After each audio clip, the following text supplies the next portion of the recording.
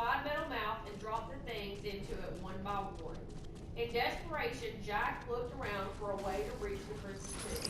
The walls were rough and craggy, and he thought he might be able to find enough toe holes to climb them in. So he reached up, found cracks where he could grip, then began to pull himself upward. It was slow going. The rock burned beneath his fingers and toes, and behind him he could hear the crackle of the fire and the grinding of the loser's jaws as he made his way to the top of the glass. At last, Jack reached the same level as the topmost cages. It was harder to grip the hot rock up here, and he was worried the poor things inside the cages might notice him and shout out in surprise, alerting the losers to the fact that Jack was there.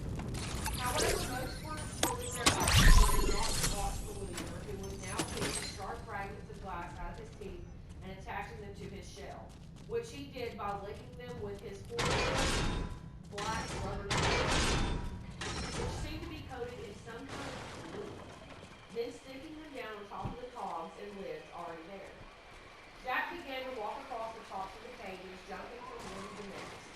The bars were hot beneath his soles, but a new problem struck him as he approached the pig, whose little black eyes were still on the loser. All the cages had heavy padlocks dangling from them, and the one hanging from CP was as big as his.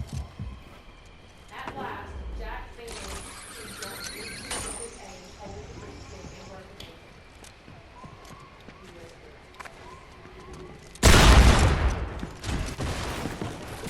CP looked up, and for a moment or two he was blind. Little black eyes widely opened, and Broken Angel uncovered her poor happy face and stared at Jack too. Jack! Jack said, what? Quit! Lay down! Jack, gasped the Christmas Don't pig. lay down. What are you? I've come to rescue Lay you. down. Both of you, said Jack, crawling across the cage roof to grasp hold of the giant padlock. You two belong to me, and I'm taking you home. But what about DP? We've said goodbye properly now, said Jack, tugging at the padlock, which remained shut. He wanted me to do this. I'm going to get you out. Lay down. But he couldn't open the padlock. Jack, I don't understand. You wanted DP so much. I thought I needed him, said Jack. But you need me more. You've got to get out of here. There's nothing in the whole of the land of the lost that Daddy, would like daddy. better than to eat a living boy. You'd be the greatest prize he ever caught. I'm not leaving without you, said Jack, still trying to break the padlock, but it wouldn't shift. It's too late, said the Christmas pig, his tears now trickling down his face. Jack, there are only a few minutes until Christmas Day. You've got to get yourself under a finding hole. There's no hope for us, but you can still escape. But before Jack could reply, the loser let out the loudest, most terrifying scream Jack had ever heard. His eyes blazed wide again as he rose up on his pointed metal feet. Jack, the Christmas pig, and Broken Angel were caught transfixed in their powerful beams. The loser had spotted the living boy. What is this I spy, said the loser in his awful screeching voice. A bit of surplus, very different to any I've caught before. Where's the fucking glove?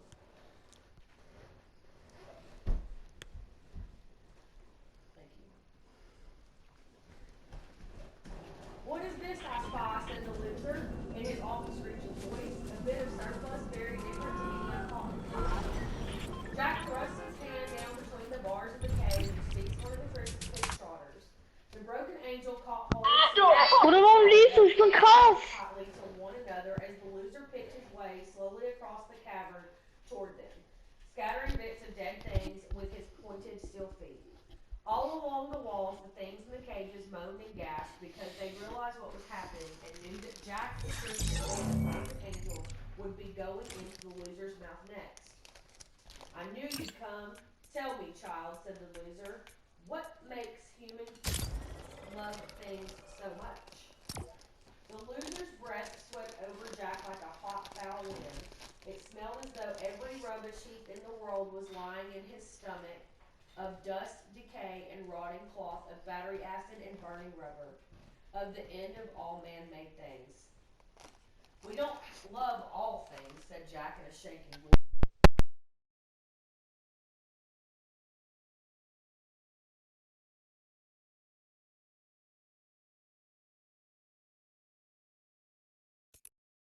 Right foot creep, ooh, I'm walking with that heater. Look around, stay low, make sure they don't see you.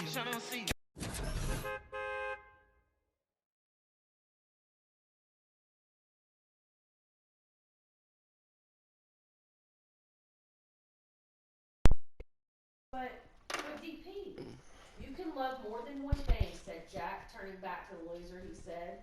Let CP go and Broken Angel too. They don't deserve eating. They've never hurt anyone. They've never done anything wrong. Let them come home with me.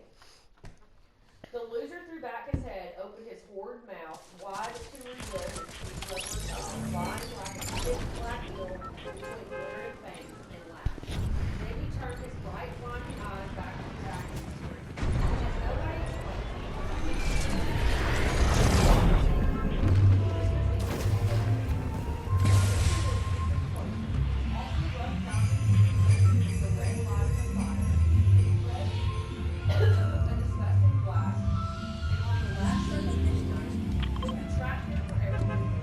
Hello. Hello. What's up? What's up?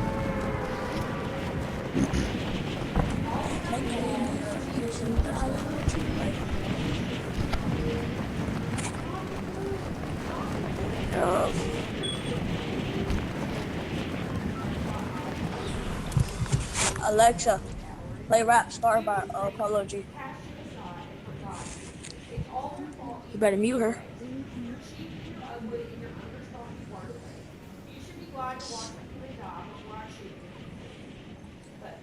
You already know.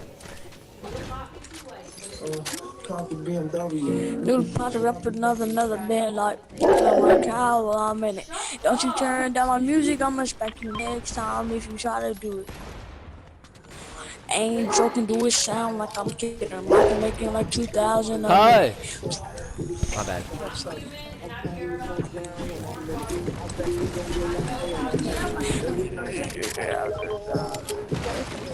Lay down. Conversation is serious. Why is me done?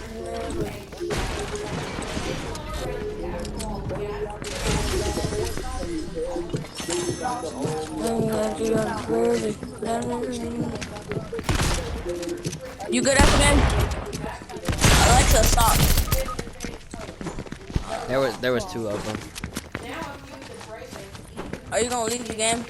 Nah, Alright. I already lost like 50 points. Tell me Here go 2 chugs. My freaking loadout sucks up. Oh, good guns.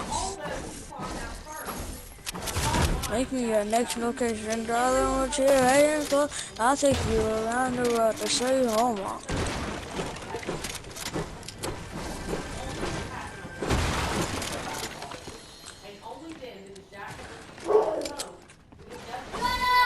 Make me your next location, darling, with your head and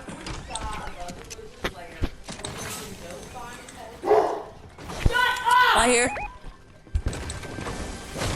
Who's that screaming in your background?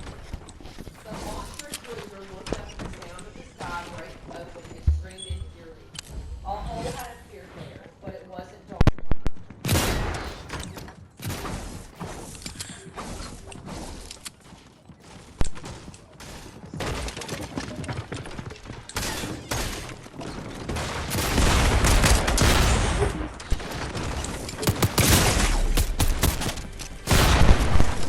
In fact, I think stupid.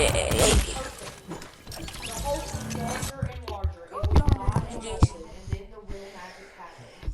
Instead of dropping a single shaft of golden light and saving one thing, the sparkling, circling light descended in a spiral and whooshed up inside it hundreds and hundreds of astonished, delighted things. Out of their dirty cages they rose, the tin and the cardboard, the wood, the paper, and the plastics, each of them laughing as they were drawn into the sparkling didn't understand what was happening. And though he spun around, trying to catch them, they slid through his long steel fingers and up toward the new hole their hope had made in the ceiling. They're going to be recycled, Jack shouted as the monstrous creature tried to catch the things rising so fast beyond his grip. They'll be made new, up there and live again. No, shrieked the loser, wild with rage. People can't have them. They're mine, they belong to me. From somewhere up above the glittering hole where the saved things were disappearing, there came the chimes of a distant clock. Christmas Eve was finally ending. If I can't have them, screamed the enraged loser, I'll have you. If the loser reached out his claw-like hands with the fingers as long as steel girders, and Jack heard the chimes and knew that hope wouldn't be enough now. The only comfort left in the world was the feel of the pig's trotter in his hand, and he closed his eyes as the loser's searchlight eyes grew nearer and brighter, and then he felt himself falling, falling, falling.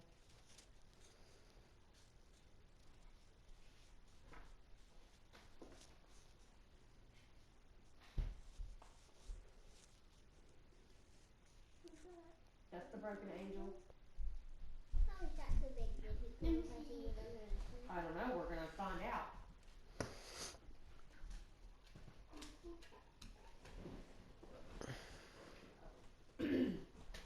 Part 9. Heard you a rock star. Well, I'm a pop star. Eyes tight shut, clutching. I needed some with some bop. Let's go. I'm unorthodox than the right foot creep, right foot creep, right foot creep, right foot creep, walking with that heater. Look around, stay low, make sure they don't see. Girl, you fly and ghetto. Girl, you fly and ghetto. With them brand new high heel stilettos. Smell rose petals. Heard you a rock star. Heavy metal. Well, I'm a pop star. Let's get together. I should let go.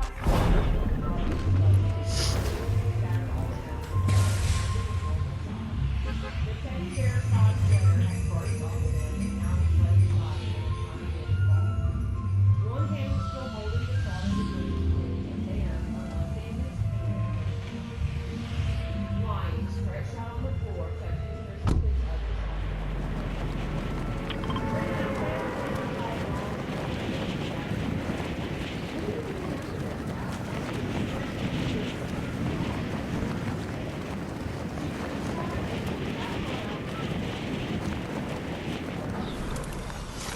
into a hug and Jack held her back. It felt wonderful to be home. I'm so sorry about Dick beating on Boyford. Grandpa told me when I get Sparky in bed, I thought you might have picked out some time. I did go to a PJ with Jack, and I was just nearly eaten by the loser and I escaped. I don't know how. But then Jack spotted the shiny new bike with a big red ribbon